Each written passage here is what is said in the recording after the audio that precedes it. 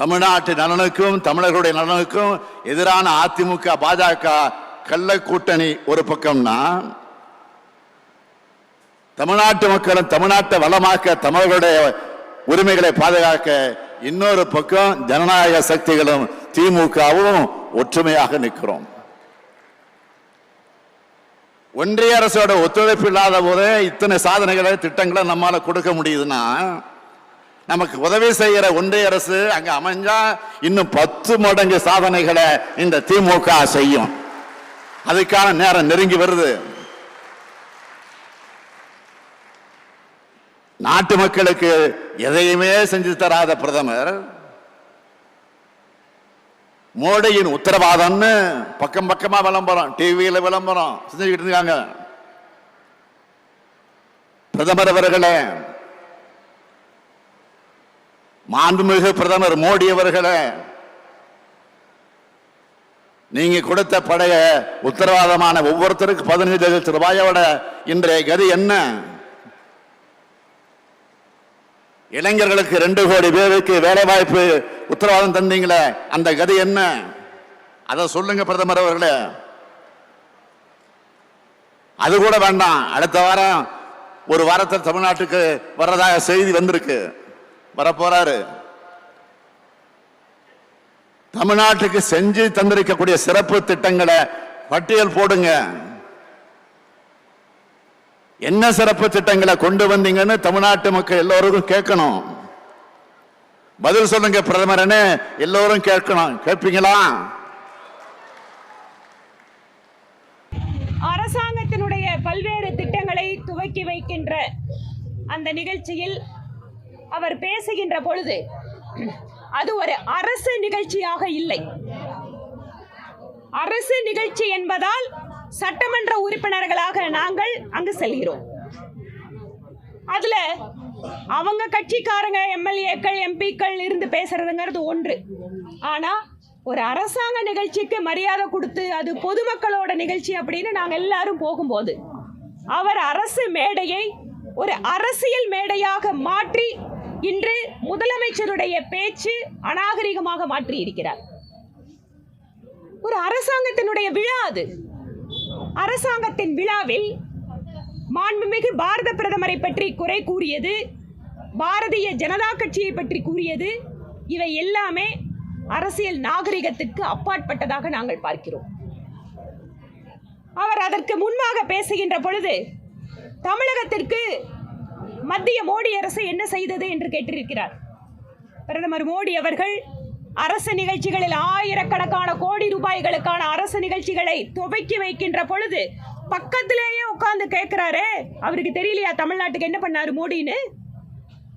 ரொம்ப நாள் இருந்தா கூட பரவாயில்லைங்க. 2021க்கு பின்பாக இந்த மாநில அரசு வந்ததற்கு பின்பாக எத்தனை முறை பிரதமர் மோடி அரசு நிகழ்ச்சிக்காக வந்திருக்கிறார்? எத்தனை ஆயிரம் கோடி ரூபாய்களை தமிழகத்திற்காக கொடுத்திருக்கிறார்? உங்களுடைய காதுகளை வசதிகளாக நீங்கள் அதை அப்படியே மூடி வைத்து விட்டீர்களா?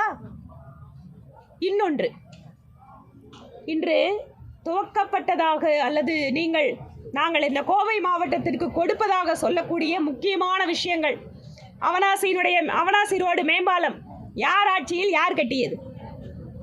உக்கடம் மேம்பாலம் யார் ஆட்சியில் திட்டமிட்டு யார் கட்டியது?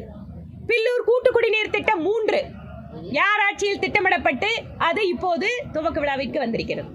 இன்னும் பல்வேறு விஷயங்களை சொல்லலாம்.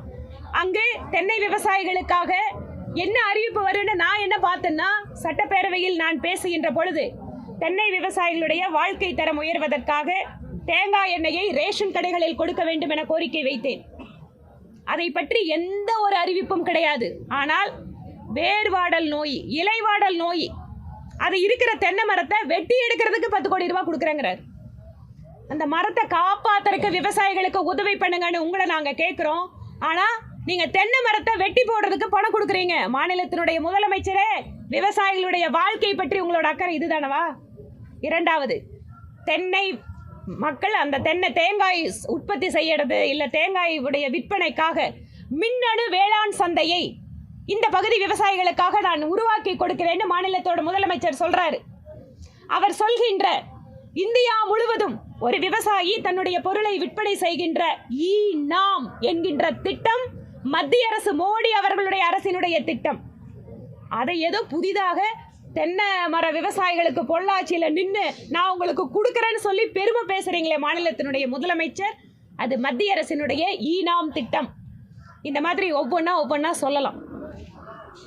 நீங்கள் இன்றைக்கு வாட்ஸ்அப் யூனிவர்சிட்டி பொய் பரப்புறாங்க பிஜேபி காரங்கன்னு சொல்கிறீங்க.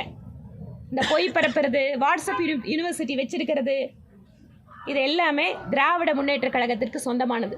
ஏனென்றால் திராவிட முன்னேற்ற கழகம் ஒவ்வொரு முறையும் தமிழகத்து மக்களிடம் பொய் பேசித்தான். 1967 இருந்து நீங்கள் பொய் பேசி தான் ஆட்சிக்கு வந்திருக்கீங்க. ஆரம்பத்தில் நீங்கள் அரிசி எத்தனை கொடுப்பேன்னு தமிழ்நாட்டு மக்களுக்கு சொன்னீங்க. இன்னைக்கு 3 படி அரிசின்னு சொன்னீங்க. அதுக்கப்புறம் 1 படி அரிசி. நீங்கள் பொய் பேசி ஆரம்பிச்சது நீங்கள். அதனால் இந்த வாட்ஸ்அப் யூனிவர்சிட்டி, பொய் பேசுறது, இதெல்லாம் திராவிட முன்னேற்ற கழகத்திற்கு கைவந்த கலை. நீங்கள் போன தடவை நாங்கள் வந்தால் முதல் கையெழுத்து நீட்டுக்குன்னு சொன்னீங்க. இன்னைக்கு வரைக்கும் அது பொய் தான். நீங்கள் அந்த பொய்யை மாற்றவே இல்லையே. அதே போல் மத்திய அரசு கொண்டு வருகின்ற திட்டங்களை மாநில அரசு எங்கே தடுத்ததுன்னு கேட்டீங்களே. சென்னை சேலத்திற்காக 8 வழிச்சாலை மத்திய அரசு இங்கு கொடுக்கின்ற பொழுது தடுத்தது யார்? இன்றைக்கு பல்வேறு விஷயங்களை சொல்லலாம். இந்த மாதிரி ஒவ்வொரு முறை மத்திய அரசு திட்டம் வருகின்ற பொழுதும் அதற்கு ஏதாவது ஒரு விதத்தில் தடுத்து நிறுத்தி மத்திய அரசுக்கு அதன் வாயிலாக கெட்ட பெயரை உருவாக்க முடியும் என்கின்ற உங்களுடைய நோக்கம் 2019 நிறைவேறி இருக்கலாம். ஆனால் 2024 தமிழகத்தினுடைய மக்கள் விழித்துக் கொண்டிருக்கிறார்கள். நீங்கள் என்னவெல்லாம் செய்து கொண்டிருக்கிறீர்கள், எப்படியெல்லாம் பொய் பேசுகிறீர்கள் என்பதை ஒவ்வொரு நாளும் மக்கள் பார்த்து கொண்டிருக்கிறார்கள். 19 நீங்கள் போட்ட கணக்கு உங்களுக்கு வெற்றியை கொடுத்திருக்கலாம். 24 கணக்கு வெற்றி என்பது தேசிய ஜனநாயக கூட்டணிக்கு. பிரதமர் மோடி அவர்கள் இதோ அடுத்த வாரம் கூட தமிழகத்திற்கு வர இருக்கிறார். கோவை, சேலம், நாகர்கோயில் என்று பல்வேறு நிகழ்ச்சிகளில் கலந்துகிறார். ஒவ்வொரு முறை மோடி அவர்கள் வருகின்ற பொழுதும் தமிழகத்து மக்கள் உற்சாகமாக, ஆரவாரமாக, அன்போடு அவரை வரவேற்கிறார்கள். அவர் ஒவ்வொரு முறை வரும்போதும் கிளி பிடிச்சு போயிருக்கிறது திராவிட முன்னேற்ற கழகம். அதனால் இந்த வாட்ஸ்அப் யூனிவர்சிட்டி பொய் பேசுகிறாங்க, மத்திய அரசு எதுவுமே பண்ணல, மோடி அவர்கள் எதிராக இருக்கிறார், தமிழ் கலாச்சாரம், தமிழ் பண்பாட்டுக்கு நமக்கு எதிராக இருக்கிறார். தமிழ் மொழியை உலகம் முழுவதும் எடுத்து சென்று கொண்டிருப்பவர் பிரதமர் மோடி. தமிழனுடைய அடையாளமான செங்கோலை பாராளுமன்றத்தில் நிறுவி தமிழனுக்கு உயர்ந்த அங்கீகாரம் கொடுத்திருப்பவர், தமிழகத்தினுடைய பண்பாட்டிற்கு உயர்ந்த அங்கீகாரம் கொடுத்திருப்பவர் மோடி அவர்கள். நீங்க தமிழ் மொழியை இன்னைக்கு ஸ்கூல்ல இருக்கிற குழந்தைங்க கூட படிக்க முடியாம பண்ணிட்டு இருக்கீங்க. இன்னைக்கு அதெல்லாம் ஆங்கில மீடியமா மாத்திட்டு இருக்கிறது உங்களோட அரசாங்கத்தோட சாதனை. அதனால் இன்று தமிழ் மொழி கலாச்சாரம், தமிழருக்கான பண்பாடு என்ற அத்தனையும் உயர்ந்த இடத்தில் வைத்து இன்று உலகம் முழுக்க பரவச் செய்து கொண்டிருப்பவர் பிரதமர் மோடி அவர்கள். உங்களுடைய பொய்களை தயவு செய்து இத்தோடு நிறுத்திக் கொள்ளுங்கள். திராவிட முன்னேற்ற கழகத்தினுடைய பொய்களும் உங்களுடைய பொய் வாக்குறுதியும் ஒவ்வொரு நாளும் மக்கள் முன்பாக அம்பலப்பட்டு கொண்டிருக்கிறது. பெண்களுக்காக இலவச பஸ் பயணம்னு சொல்றீங்க, ஆனா பஸ் இல்ல. இதோ எங்கள சகோதரிங்கெல்லாம் இருக்காங்க. பஸ் வருதாமா உங்களுக்கு? கேளுங்க, நான் எதுவும் சொல்லி கொடுக்கல. இதுதான் இன்னைக்கு இருக்கிற நிலைமை. தமிழகத்தினுடைய மக்கள் கடுமையான கோபத்தில் இருக்கிறார்கள். பஸ் நிக்காது, பொம்பளை பார்த்தா நிக்காதுமா, ஏன்னா இலவசமா கொடுக்கணும்ல. அதனால் இம்மாதிரி பொய் வாக்குறுதிகள், பொய் பேசுவது என்பது திராவிட முன்னேற்ற கழகத்தினுடைய கலை. இதை வைத்துக்கொண்டு அரசு மேடையை இனிமேல் அரசியல் மேடையாக மாற்ற முயற்சிக்க வேண்டாம் என்ற கோரிக்கையோடு நான் நிறைவு செய்கிறேன்.